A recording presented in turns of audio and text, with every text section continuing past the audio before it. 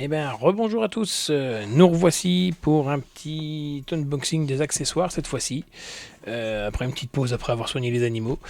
Voilà. Alors là, j'ai déjà défait le carton, la protection. Tous les articles que je vais présenter sont des articles officiels de chez Nintendo. J'ai pas encore acheté d'accessoires de JSO ou d'autres accessoiristes pour la Nintendo.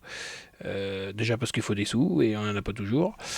Et deuxièmement, parce que je n'ai pas eu le temps de regarder un peu tout ce qu'ils faisaient comme accessoires.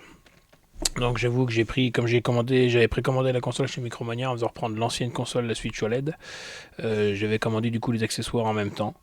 Donc voilà, on va regarder un peu les accessoires de chez Nintendo.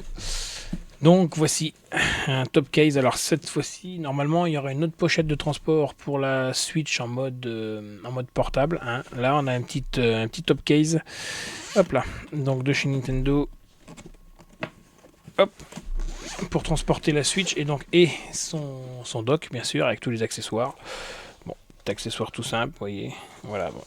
On a la Dragon qui se trouve ici, qui est assez sympa. Voilà.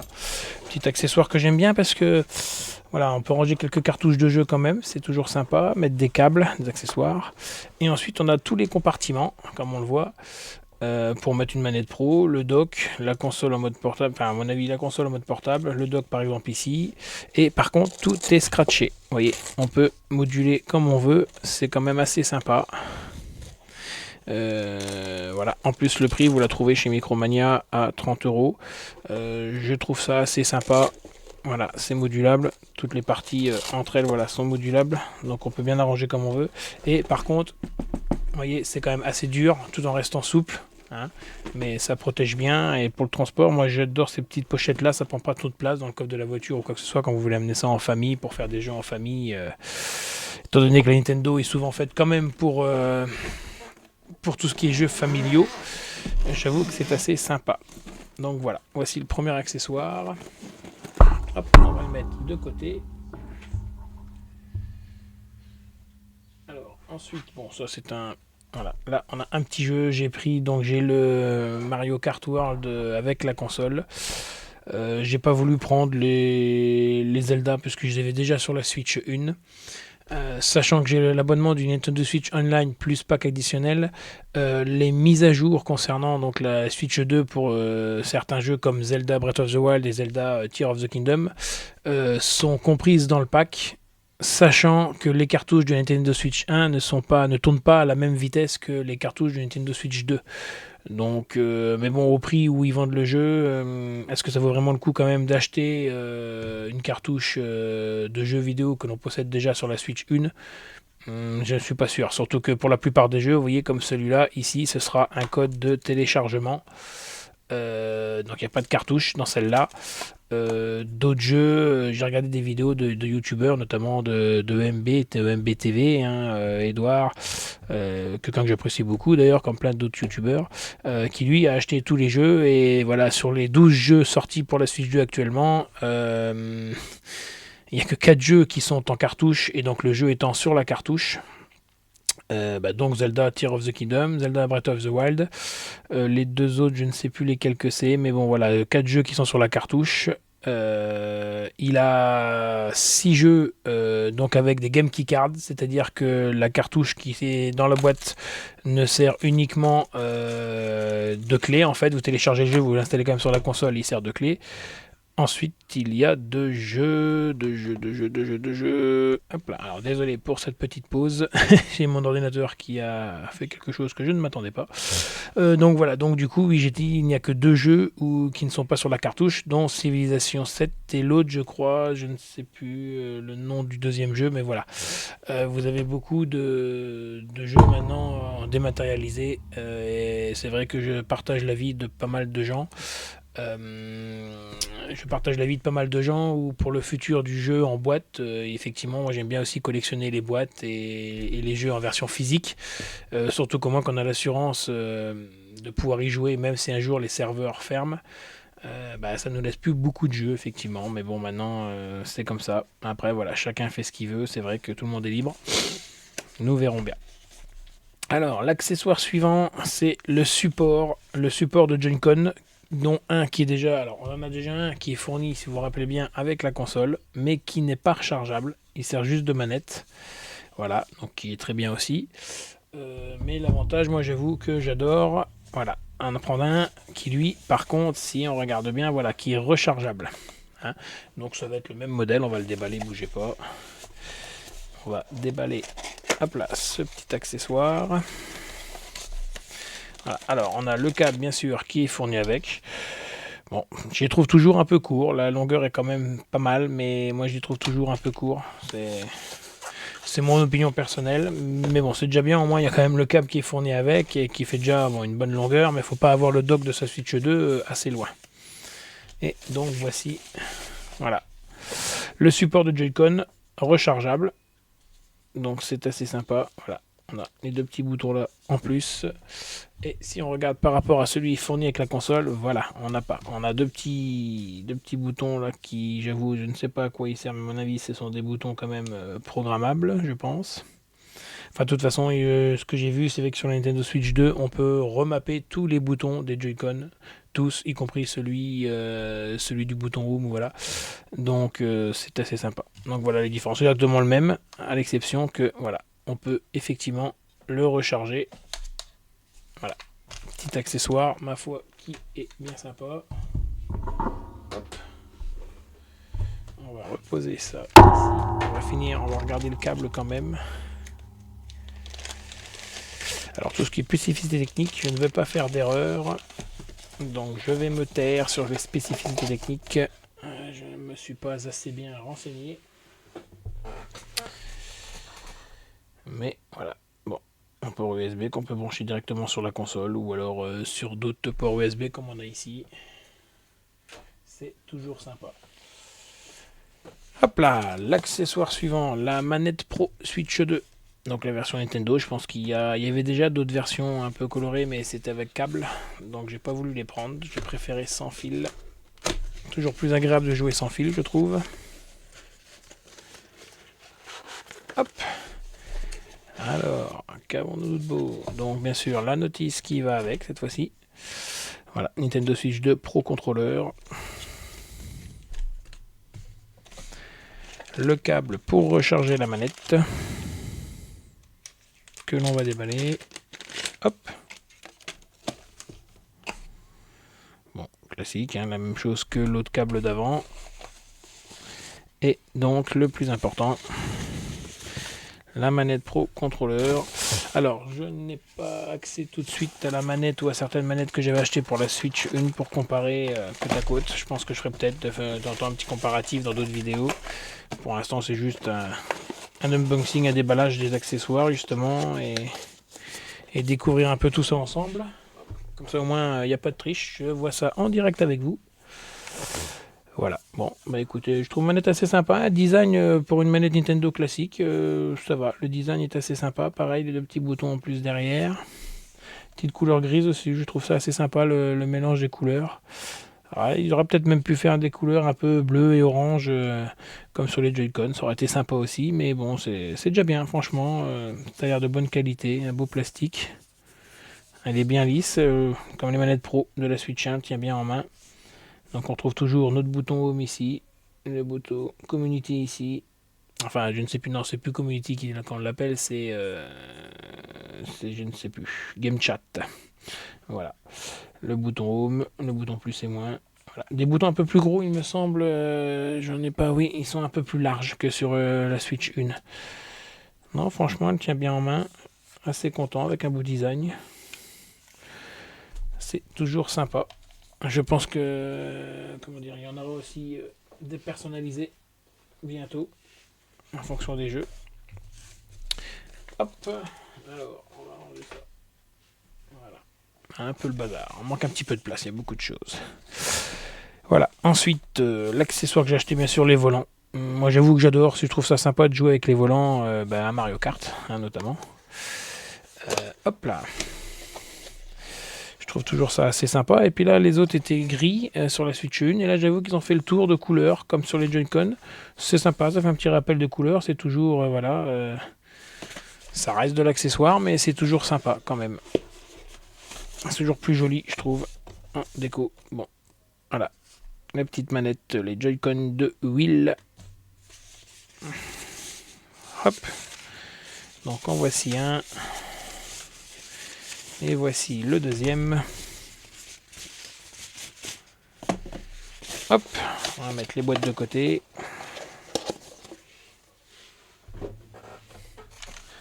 Voilà, voilà. Donc pareil, voilà, on peut mettre un Joy-Con ou l'autre. Toujours le plus et le moins. Les boutons plus et moins pour mettre en face. Donc forcément, je n'ai pas essayé, mais bien sûr, les Joy-Con n'étant pas de la même taille entre la Switch 2 et la Switch 1, je ne pense pas, et de toute façon c'est même les connectiques qui ne sont pas tout à fait identiques, donc on ne pourra pas mettre de Joy-Con 1 dans le volant des Joy-Con 2. Voilà, toujours les petites gâchettes derrière. Non, ça va. Je dirais qu'ils sont de la même taille que les premiers volants officiels de Nintendo.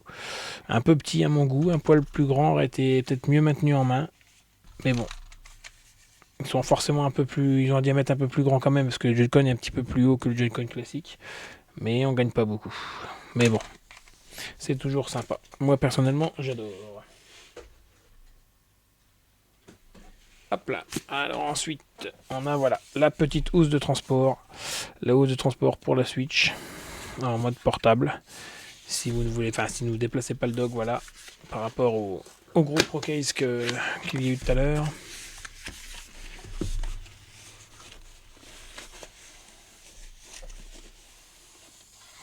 Hop là, et ben dis donc, il y a une paire de choses dedans. Alors, on va laisser le carton là pour l'instant. Donc la notice, voilà. Pour le programme, voilà, on a ainsi un écran de protection de la Nintendo Switch que j'appliquerai, bien sûr. Le voilà.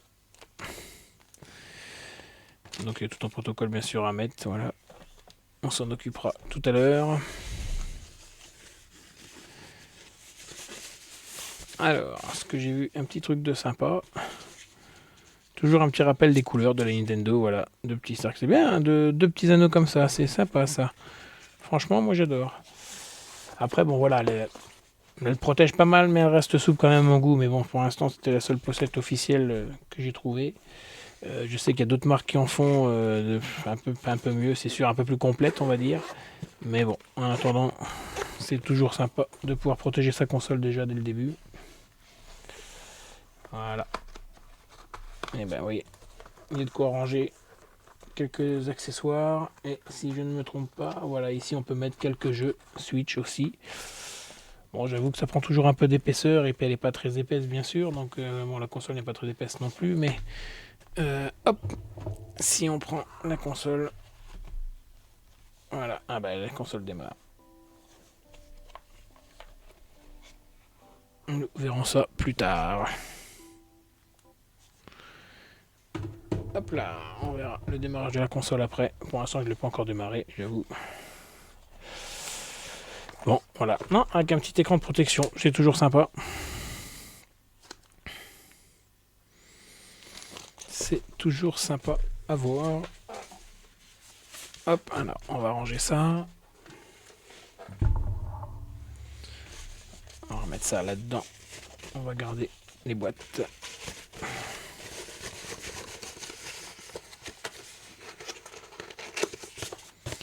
Voilà, le tout vient de chez Micromania, bien sûr. Sans spécialement leur faire de pub, je pense qu'ils en ont assez. Mais j'avoue que moi j'ai quand même été satisfait de Micromania, même si effectivement, des fois certains disent que les tarifs sont chers, ce qui est tout à fait exact, mais là, avec la remise de la console, c'est toujours un prix en moins qui est sympa. Voilà, voilà. Alors ensuite, il va nous rester la caméra, la fameuse caméra. Alors j'ai pas pris la fleur parce qu'elle est de moins bonne qualité. Et puis que je voulais prendre les articles officiels pour l'instant de chez Nintendo pour essayer. Maintenant, on va voir ce que ça donne justement en jouant en ligne, voilà. Donc des réglages, un spectre assez large quand même. Inclinable. C'est déjà sympa quand même, je trouve, sur la Switch 2 d'avoir maintenant le game chat. On va pouvoir voir un peu les personnes avec qui on joue. On n'est pas obligé maintenant de prendre Discord ou d'autres logiciels comme Discord pour pouvoir jouer en ligne ensemble. J'avoue que c'est sympa que ça se fasse quand même via la console. C'est un petit plus, c'est pas grand chose, mais c'est un petit plus quand même. Bon, la caméra, de toute façon, hop, rien de bien méchant. La petite notice qui va avec. Alors, le zoom de la caméra a un petit peu de mal, j'avoue. Ah bon, c'est pas non plus une caméra de performance. D'habitude, je ne fais que du stream sur les jeux vidéo, mais pourquoi pas partager avec vous si vous voulez voir un peu des accessoires ou la console, ce qu'elle vaut. J'ai trouvé ça sympa. Bien sûr, le câble pour brancher la caméra.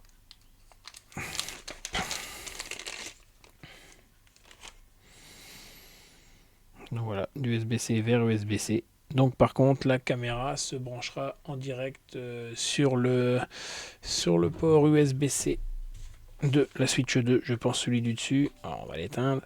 Voilà. Sachant que sur le dock, il n'y a que des ports USB. Il n'y a pas de port USB-C. Voilà, voilà. Et donc la caméra. Petite caméra, je la voyais un peu plus grosse dans les vidéos, mais non. C'est assez sympa parce que du coup elle va pas prendre de place, elle est assez discrète. J'avoue, un petit support pour passer le câble là, que l'on peut remonter ou descendre. Non, on ne peut pas le remonter ou le descendre. On peut juste le faire pivoter suivant l'axe du fil. Voilà, si on commencera à orienter la caméra. Et donc normalement, voilà, la caméra inclinable de haut en bas. Bon, c'est pas non plus une grande inclinaison. Hein. Je ne sais même pas combien de degrés on a. C'est indiqué. Non, ils n'ont pas indiqué les degrés. Pour moi, on a 20 degrés, oui, 20 degrés d'écart entre le haut et le bas. Non. Toujours sympa quand même à voir. Voilà. Non, sympa. Je trouve une belle petite caméra, un petit accessoire tout simple et tout. Bon, après, voilà, tout a un prix, c'est sûr. On peut toujours exiger mieux, mais je trouve ça déjà pas mal. On a toujours dit dans la vie, il faut se satisfaire de ce qu'on a. Bon. Alors, pourquoi est-ce que ça ne veut pas rentrer dans le carton? Voilà, voilà. Hop. Voilà, on va mettre ce carton-là de côté aussi. Et donc, il ne nous reste qu'un accessoire. C'est la carte micro SD Express. À ne pas oublier, les cartes micro SD classiques ne vont pas. Hein. Donc voilà, je ne sais pas si on va pouvoir le lire, si j'arrive à faire la mise au point. Voilà. Un micro SD Express. Donc il y a toujours marqué sur les cartes EX. Comme là, il est inscrit ici en petit. Je ne pourrais pas vous le zoomer, sinon ma caméra ne va pas faire le zoom correct. Voilà. Mais donc les cartes micro SD Express seulement pour Nintendo Switch 2. Les micro SD classiques ne vont pas. Alors là, je ne vais pas l'ouvrir parce que j'ai envie de le faire ça proprement. Je fais toujours ça d'habitude comme un cochon, mais là, voilà, tâchez d'aller chercher une paire de ciseaux ou quelque chose et de la déballer proprement et puis de l'insérer directement dans la suite de toute façon. Voilà, 250 Go. Donc tout à l'heure dans la vidéo de présentation de la console, enfin de l'unboxing de la console, c'est vrai que je ne savais plus. C'est donc 256 Go de mémoire interne sur la console. Le système d'exploitation prend à peu près 9 Go effectivement, donc ça laisse 247 Go de stockage sur la console. À peu près un poil plus de 247 Go parce qu'il doit faire 8 Go et quelques le système d'exploitation. Donc voilà, ça nous laisse en gros 247 Go quand même de stockage qui est déjà pas mal, mais sachant comme je vous l'ai dit tout à l'heure qu'il y a beaucoup de jeux qui sont dématérialisés ou même donc sur les Game Key Cards qui sont juste des cartes de jeux vidéo sur lesquelles le jeu n'est pas dessus, c'est juste une clé dessus qui va activer le jeu et le téléchargement. Je pense quand même que sur des gros jeux ensuite, j'ai pas regardé la capacité de certains jeux, mais voilà, il y en a certains qui prennent que 9 à 10 gigas, comme certains vont déjà en prendre 60, 70. Donc là, effectivement, la mémoire va quand même aller vite. Alors je pense qu'au début, pour commencer, forcément, les 256 gigas de la console vont suffire. Mais je pense qu'à un moment ou à un autre, pour quelqu'un qui joue beaucoup, qui achète beaucoup de jeux dématérialisés ou qui, notamment maintenant avec les Game Key Cards, seront obligés d'avoir à télécharger le jeu ou une partie du jeu au moins sur la console, je pense quand même que la mémoire va aller assez vite. Mais pour commencer au début, je pense que n'est pas nécessaire non plus d'acheter spécialement une carte micro SD Express tout de suite. Voilà, voilà. Bon, et ben écoutez, on reviendra à refaire d'autres vidéos. Donc voir un peu de gameplay sur les jeux, voir aussi, je vais d'abord me familiariser un peu avec la console, tester un peu, puis refaire une petite vidéo après sur les premiers ressentis et puis peut-être des réglages que l'on peut faire. Et voilà. Allez, salut, salut! À plus tard.